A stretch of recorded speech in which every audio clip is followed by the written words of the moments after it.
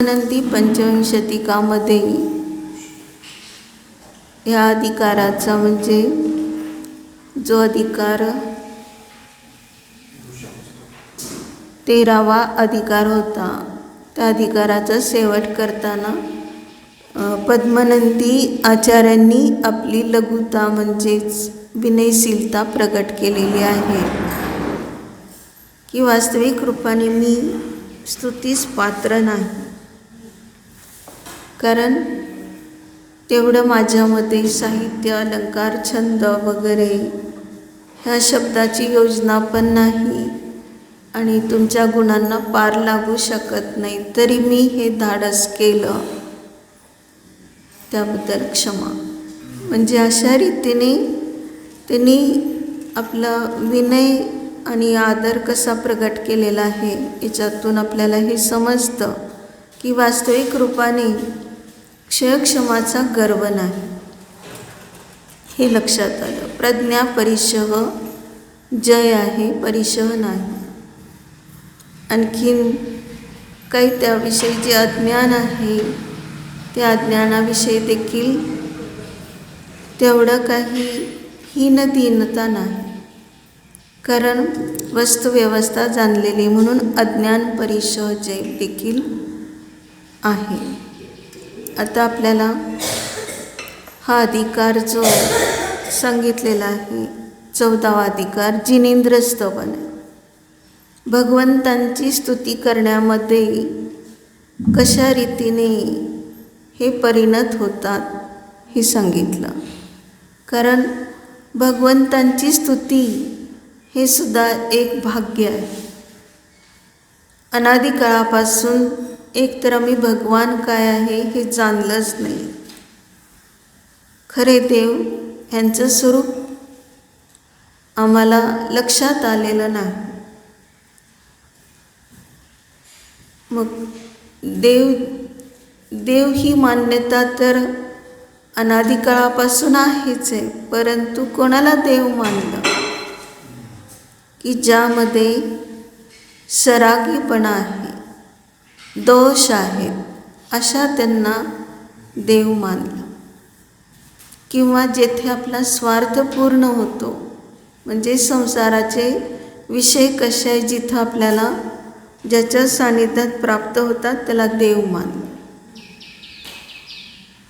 म्हणजे दृष्टी राहिलेली आहे ती फक्त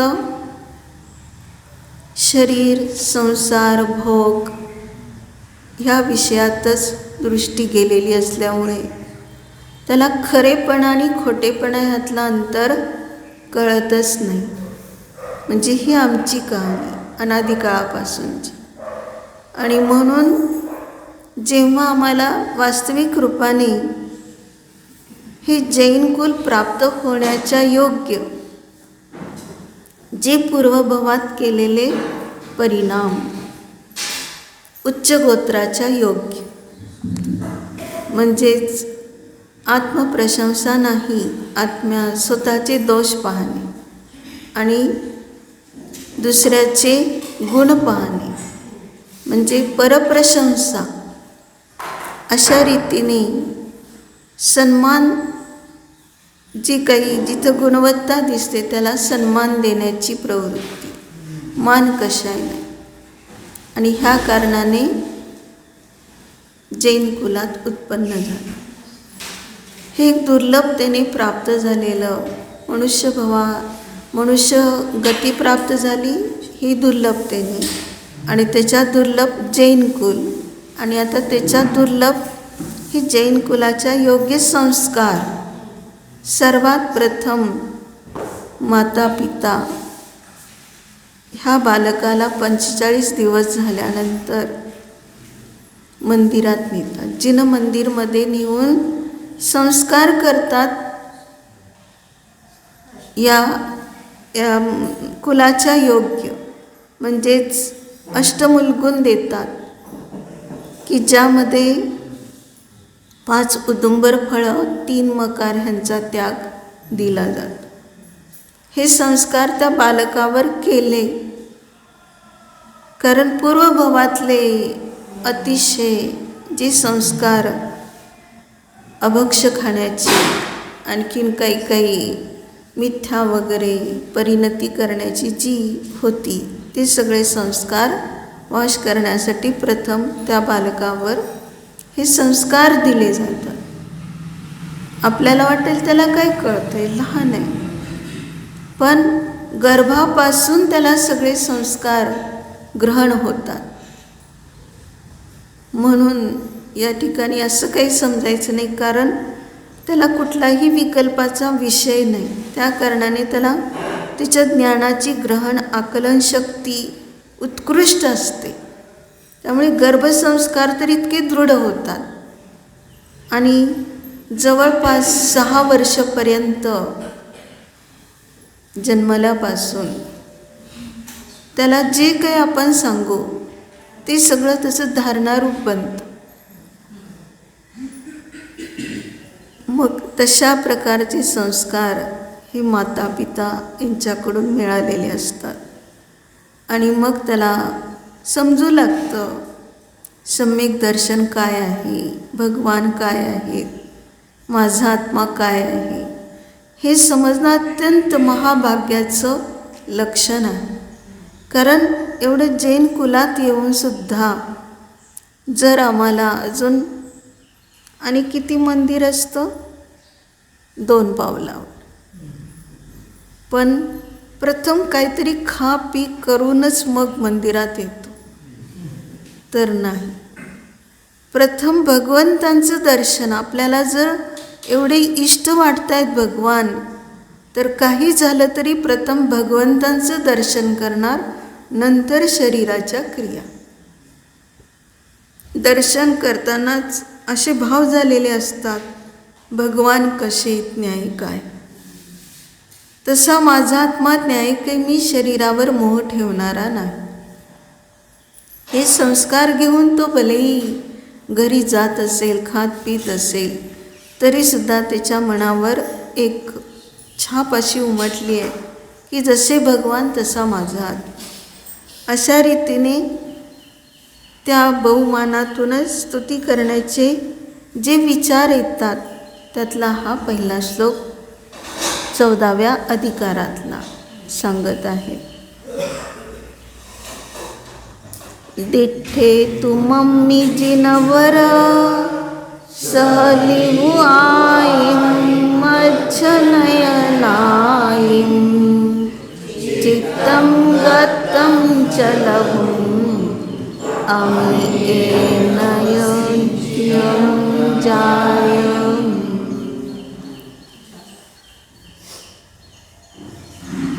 दिठ्ठे तू मम्मी जिनवर संबोधन केले.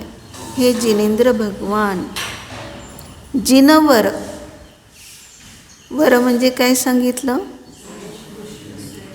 श्रेष्ठ अर्थ, आणि वरचा अर्थ दुसरा 24 तीर्थंकर केलं. अंकाप्रमाणे काय केलं, वचा अंक येतो 4 आणि रचा अंक येतो 2 आणि अंकाणाम वामतो गती, अंकांची शेवटकडून गती म्हणजेच मोजमाप होतं. मग शेवटी आलेलं आहे 2, य र ल व. हे जे अंतस्थ वर्णांचं ग्रुप आहे, त्यातलं य र, र म्हणताना 2 आकडा आला आणि व म्हणताना 4 आकडा आला. म्हणून 42 न अर्थ करता 24 करायचं. म्हणजे 24 तीर्थंकरांची मी स्तुती करत आहे. जिनवर म्हणताना संबोधन केलं. आणि जिनेंद्र म्हणताना सर्वच केवली भगवान येतात. जितके केवली आहेत त्या सर्वांची स्तुती. अशा रीतीने या ठिकाणी हे सांगत आहेत की तू मम्मी, हे भगवन तुमच्यामध्ये म्हणजे आपल्यामध्ये विषय कोणाचा केला, सप्तमी, भगवंतांचा विषय करून दिठ्ठे तुमच्यामध्ये मी दृष्टी दिली, म्हणजे तुम्ही कसे आहात हे जाणलं. कारण भगवंतांचा विषय केला म्हणजे भगवान निर्दोष आहेत, वितराग आहेत, आणि म्हणून तुमचा विषय करून तुमच्यावर मी दृष्टी दिली म्हणजे फक्त डोळ्यानेच पाहिलं असं नाही, तर माझं अंतःकरण देखील पूर्ण त्यामध्ये लागलेलं आहे. तुमच्यावर दृष्टी दिली म्हणताना माझी दृष्टी प्रगट झाली. कोणती दृष्टी प्रगट झाली? भेदविज्ञानाची.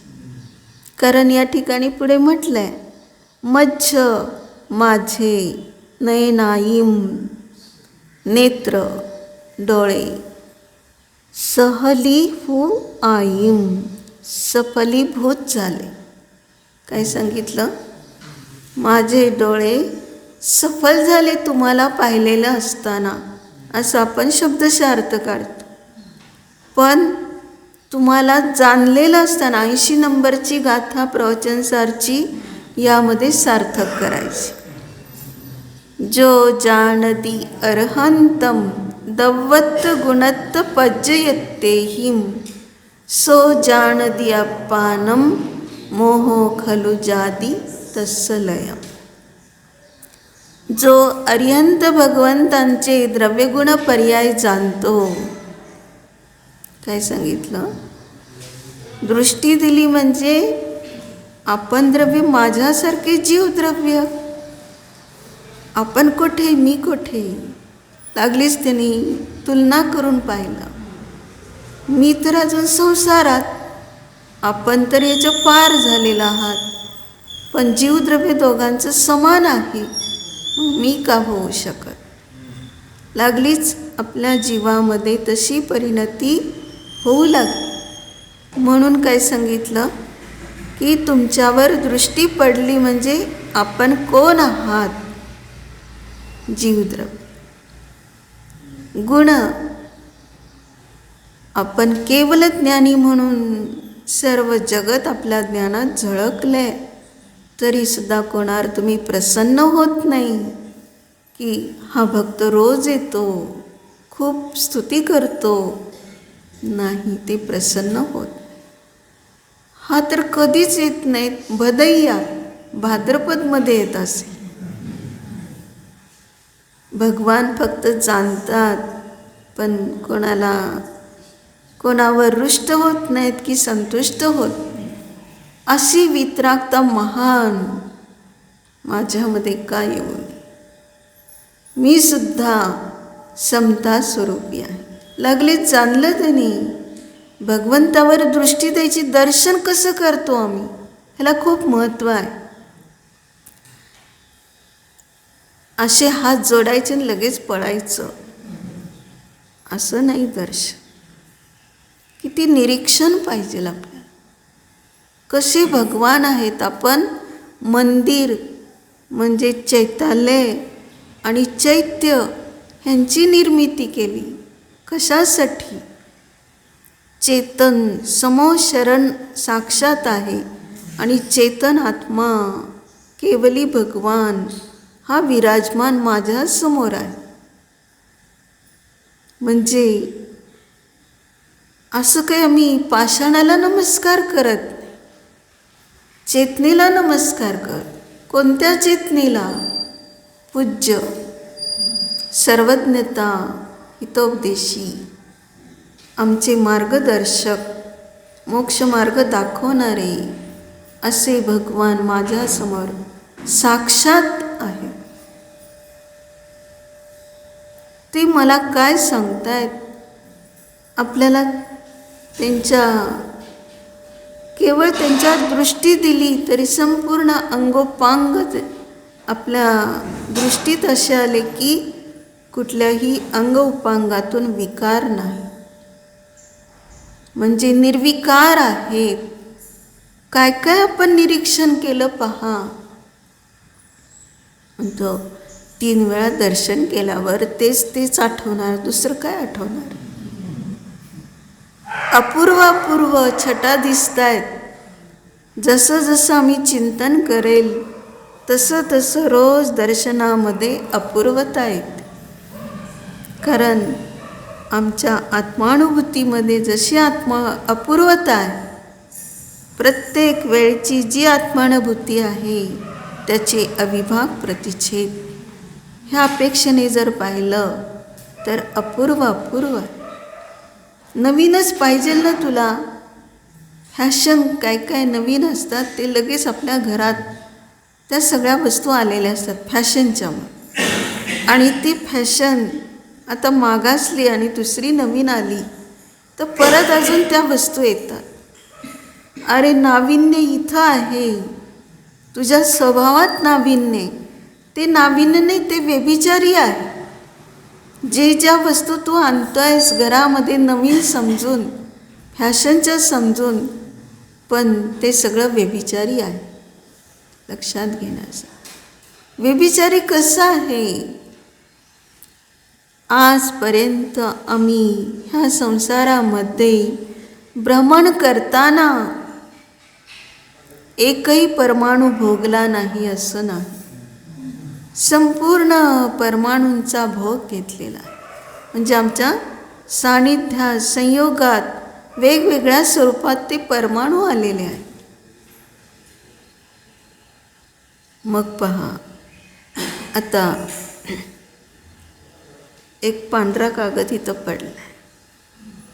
तो पांढरा कागद नुसतं आपल्याला कोरा कागद दिसतो, पण जो कोणी कलाकार आहे त्या कागदाचं त्यांनी फूल तयार केलं आणि त्याला एवढी चमक दमक देऊन एवढं व्यवस्थित, की जणू काही पाहिलं लांबून तर ते साक्षात झाडाचं फूल वाटलं पाहिजे, सजीव. अशी त्यात कला त्यांनी ओतली आणि मग म्हणतो, असं कधी पाहिलं नाही, हे नवीनच आहे. अरे तो कागद तुझ्याच जवळचा आहे, तो कागद तुझ्याच घरातला आहे. मग त्याला तो पाहिलंय, हातात घेतलंय, हाताळलंय, आता त्याचं फक्त फूल बनलंय आणि त्याला म्हणतो, असं कधी पाहिलं नव्हतं, खूप सुंदर आहे. मग ते नवीन म्हणून आपल्याला त्याचं हर्ष व्हायला लागलं. नवीन ते नवीन नाही, तुझ्या हातातून त्या कलाकाराच्या हातात गेली ती वस्तू आणि ते कलाकाराच्या हातून त्यांनी विकाय ठेवलं आणि तू चांगलं दिसतंय, नवीन आहे म्हणून लागलीच विकत आणलं त्याला. तुझ्याच घरातली वस्तू तूच परत तुझ्याच हातात आली आणि म्हणतो नवीन आहे. भोगून सोडलंय तू त्याला, कचऱ्यात पण टाकला असेल तो कागद आणि परत आता उत्कृष्ट होऊन आला.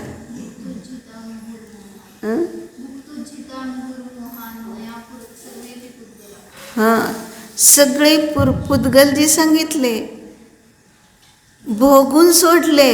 भुक्तो जिता म्हणजे उज्जिता म्हणजे सोडले, भोगून सोडले. असं कुठलंही राहिलं नाही की ज्याला भोगलं नाही. उच्चिष्ट आहे ते, उष्ट झाले. म्हणजे आपण खाल्लेली वस्तू जर ओकून टाकली तर परत खात नाही किंवा तोंडातून पडली तरी खात नाही, उष्ट झालं म्हणतो. मग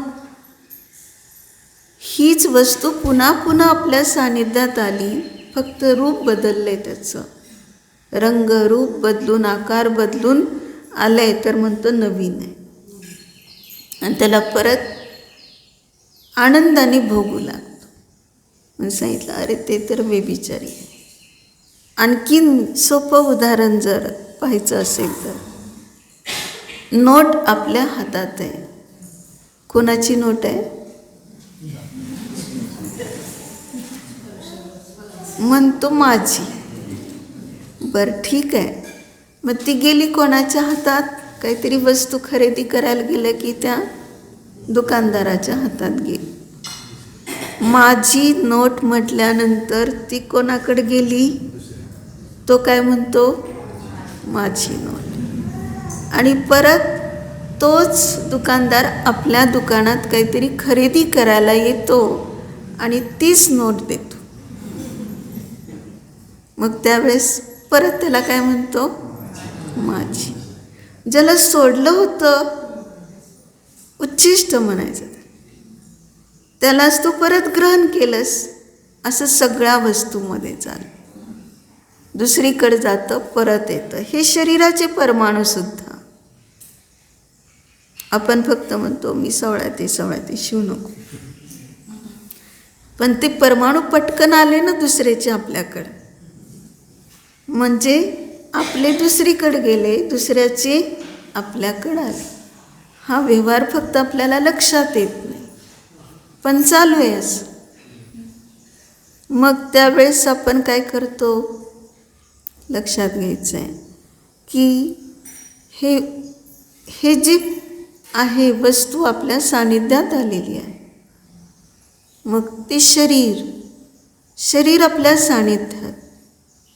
मग त्या शरीराचं नाक, डोळे, कान जे अंग उपांग आहेत ते कसे होते पूर्वभवात, आणि आता ह्या भवात कसे होते.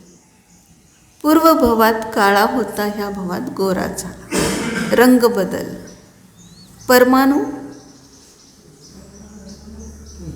त्या शरीराचे परमाणू देखील ह्या शरीरात आले, ह्या शरीराचे दुसरीकडे गेले. म्हणजे असं काही नाही की आपण त्याला भोगलेलं नाही. समजण्यासाठी हे लक्षात घेण्यासारखं आहे. म्हणून आम्हाला कुठलीही वस्तू नवीन नाही, पण नवीन आहे. अद्भुत चैतन्य चमत्कार म्हटलं. चैतन्य चमत्कार का म्हणायचं त्याला,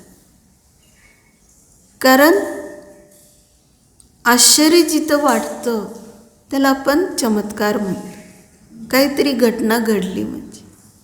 पण चेतनेमध्ये काय घटना घडते, सगळं जे काय आहे ते चेतनेचाच चमत्कार आहे. कारण निगोदात गेला चेतनेचा चमत्कार आहे. तिथं आश्चर्य वाटलं पाहिजे, अरे मी एवढा महान भगवंतासारखा अनंत गुणांचा वैभवशाली पिंड असताना त्या निगोदात फिरलो, आश्चर्य अनंत काळ घालवला. तिथं आश्चर्य वाटतं का मी कसा घालवला काळ असं. पण सांगितलं काय, हा तुझ्या चैतन्याचा चमत्कार. म्हणजे तू परिणतीच तशी केलेली आहेस.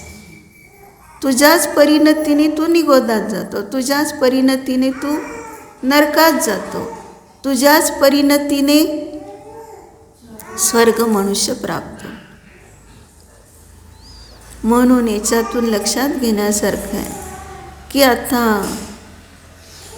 ही जी तुला आकर्षित करणारी कथा वाटते ती सगळी आपल्यामध्ये आहे, बाहेर नाही.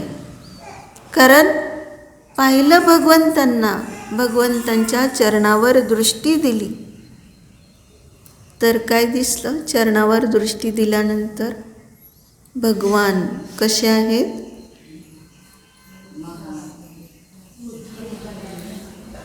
आता भ्रमण करण्याचं काही राहिलं नाही. म्हणजे आम्हाला वाटतं चालता येत नाही, कधी चालता येईल. तुला पायाने भ्रमण करायचं नाही आणि विचाराने तर नाहीच नाही. मग ते सगळं इथं दिलं आहे. आता इथं काय सांगितलं पहा, चित्तम गत्तम च लहूम, आणि ताबडतोब फक्त डोळे सफल केले असं नाही, चित्तामध्ये पण तुमचा प्रवेश झाला तर चित्त निर्मल झालं. आणि गत्त म्हणजे गात्र, शरीर रोमांचित झालेला. शरीरसुद्धा आपल्याला पाहिल्यानंतर असं वाटतंय या ठिकाणी राहण्यायोग्य नाही, ह्या शरीरात राहण्यायोग्य नाही, म्हणून रोमांच उठलेत तुम्हाला पाहून. आपण कसे आहात, शरीररहित होण्यासाठी निघालेले, क्षणात जाऊन पोचणार तुम्ही सिद्ध शिलेवर.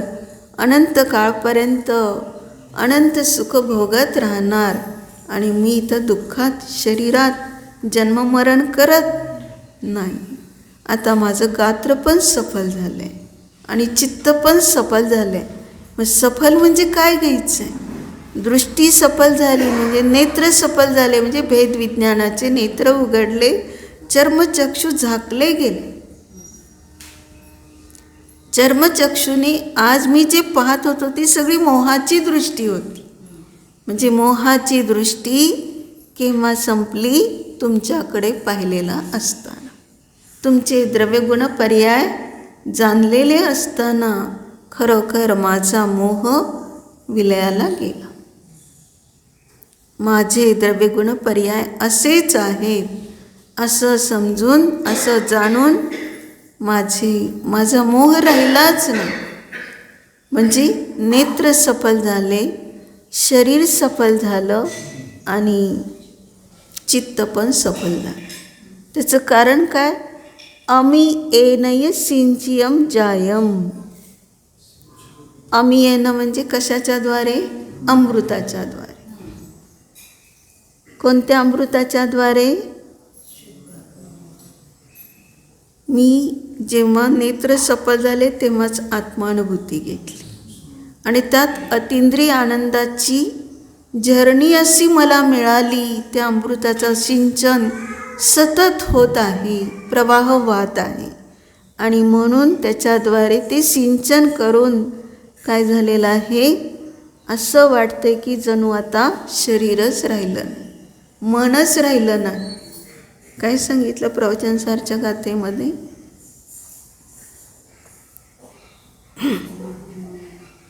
नाहम देहो न मनो न वाणी न कारणम तेसिम कत्तान न कारयिता अनुमंता नेव कत्तीनम. काय सांगितलं पा? मी शरीर नाही.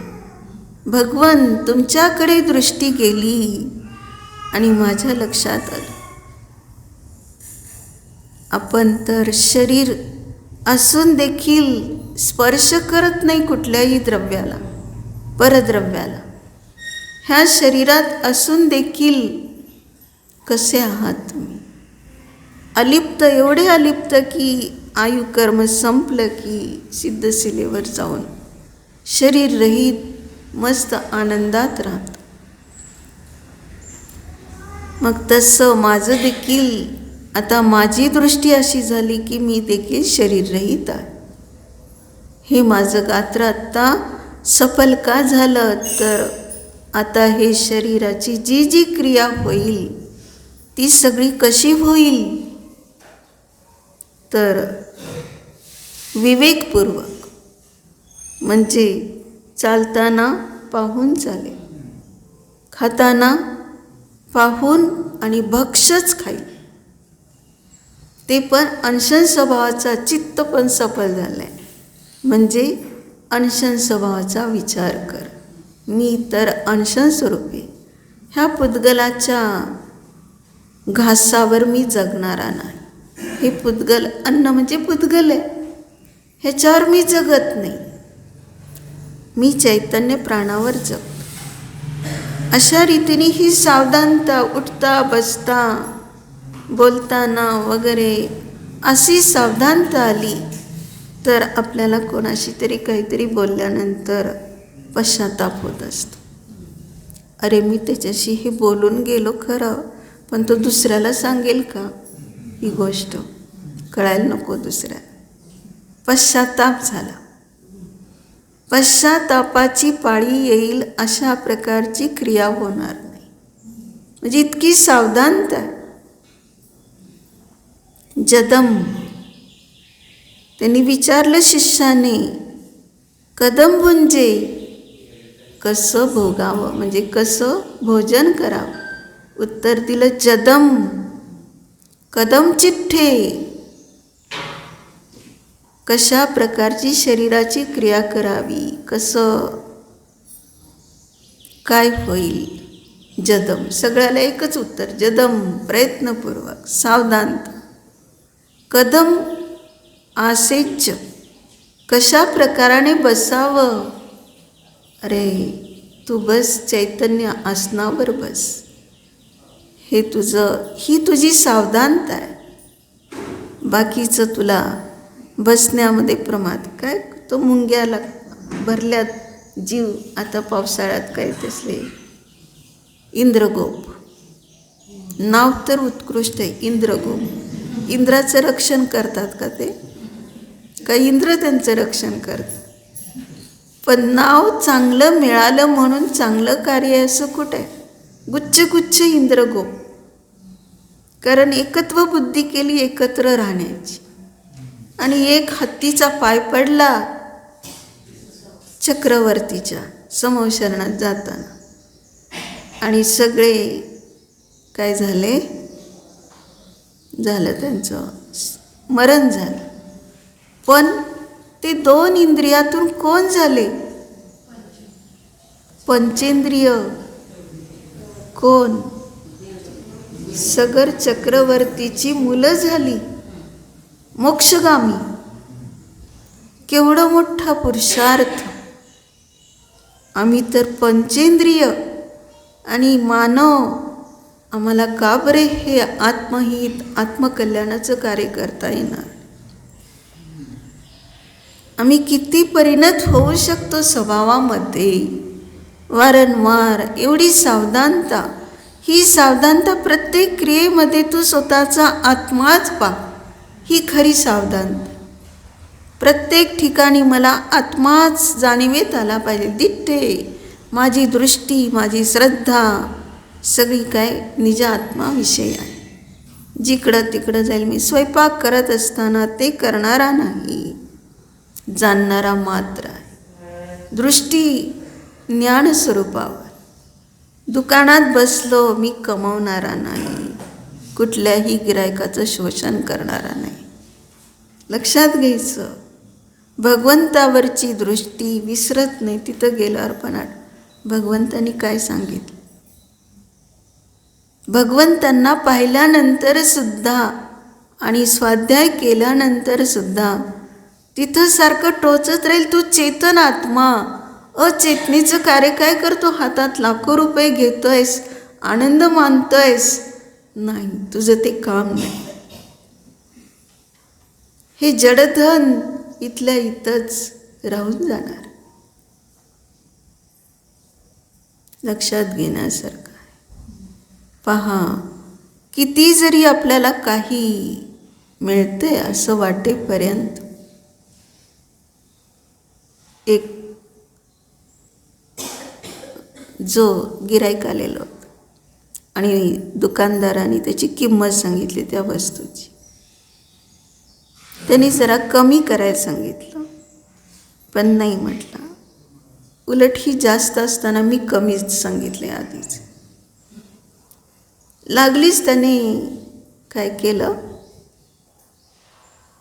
घेतलं हातात वस्तू की ह्यानी पण हातात नोटा घेतल्या.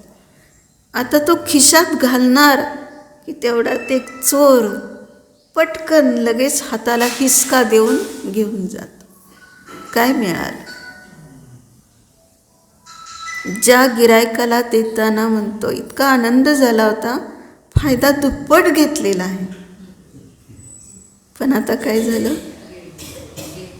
गेलं.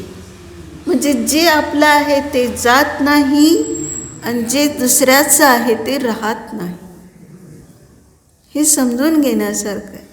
तर आपल्याला काहीसुद्धा म्हणतानाच म्हणतो कमाई केली.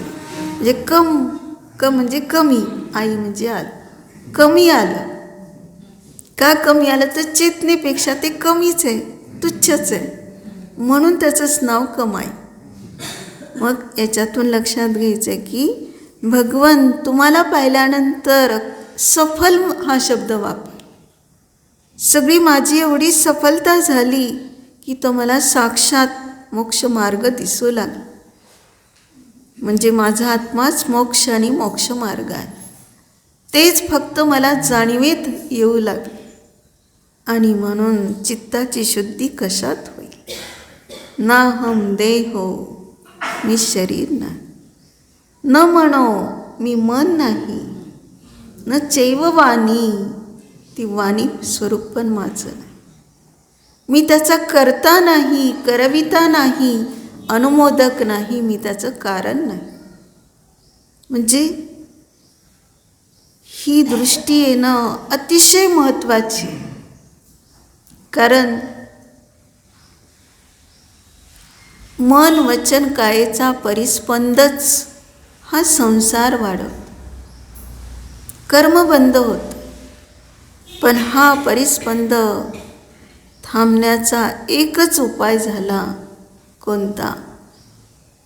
त्या मनाला बनवलं दास, चेतनेचा दास. वचनाला बनवलं चेतनेचा दास, कायला बनवलं चेतनेचा दास. आम्हाला किती दास पाहिजे असतात? किती नोकर पाहिजेत? कमीच आहेत. किती असतील तेवढे. दुकान मोठं वाढलंय. अजून काय चाललंय? वाढवायचंच काम चाललं.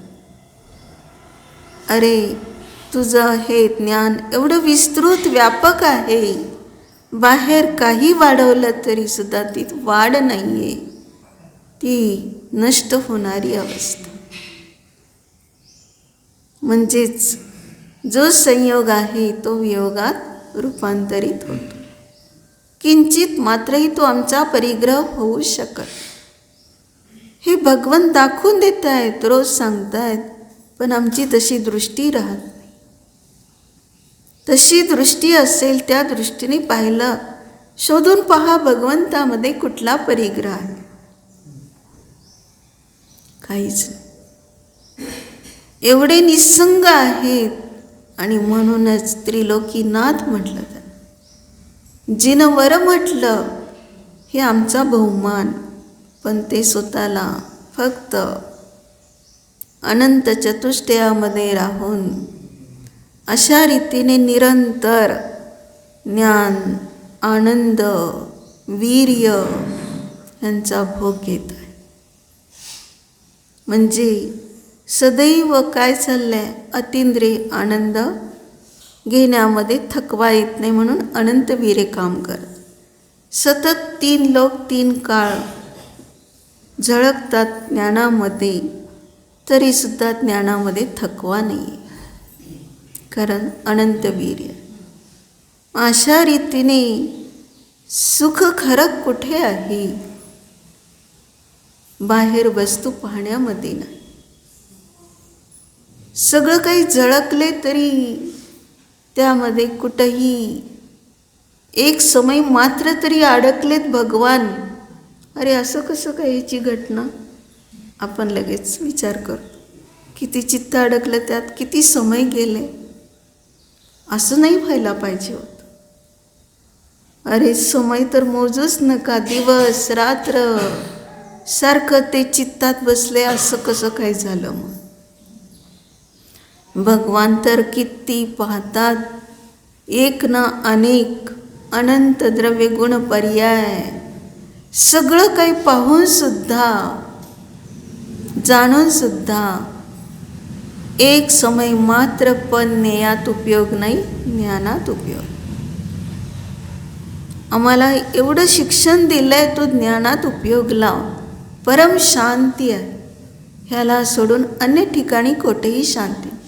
चित्त आता शुद्ध झालंय ना तुझं, भगवंतांना पाहिल्यानंतर अमृताचं सिंचन झालंय ना.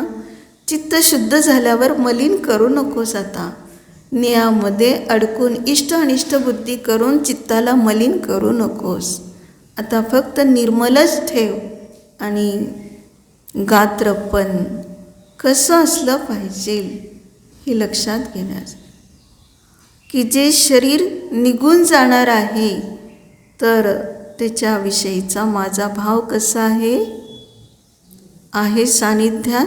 मी त्याला ज्ञान ध्यानासाठी उपयोग करतो. त्याला पालन पोषण करून, त्याचं ममत्वाचं पोषण करून दुसऱ्या गतीत पुन्हा दुसरं शरीर प्राप्त करण्याच्या योग्य भाव करत नाही. आता आहे तर कर, बस ध्यानाला, बस ज्ञानामध्ये, स्वाध्याय कर, चला दर्शनाला, चला स्तुती करायला, कंटाळा आलाय. कोण म्हणतंय? शरीर म्हणते की मन म्हणतंय की चेतना म्हणते, अशुद्ध चेतना. नको नको, बास बास, खूप थकवा आलाय. हे अशुद्ध चेतनेची परिणती आहे. तू चित्त निर्मल केलंय भगवंतांना पाहून. आता तुला थकवा येणार नाही. तुझं अनंत वीर हे सहज प्रकट झालं. त्याचा एक अंश जरी प्रकट झाला तरी तू समर्थ, स्वतःमध्ये राहण्यासाठी समर्थ हे जाणून घे. अन्य ठिकाणी तुझी बुद्धीच जाणार नाही. उलट काय करायला गेलं, मला हे सगळं जमतंय, बाहेरचं काम चांगलं जमतंय, नाही मी असमर्थ. काय वाटलं पाहिजे तिथं? मी हे करण्यास असमर्थ आहे, पण आत्मानुभूती घेण्यास समर्थ आहे. मी स्वतःमध्ये राहण्यासाठी समर्थ आहे. बाहेरचं कोणी काम सांगितलं तर मला नाही जमत, असं उत्तर देण्यापेक्षा काय विचारात असलं पाहिजे?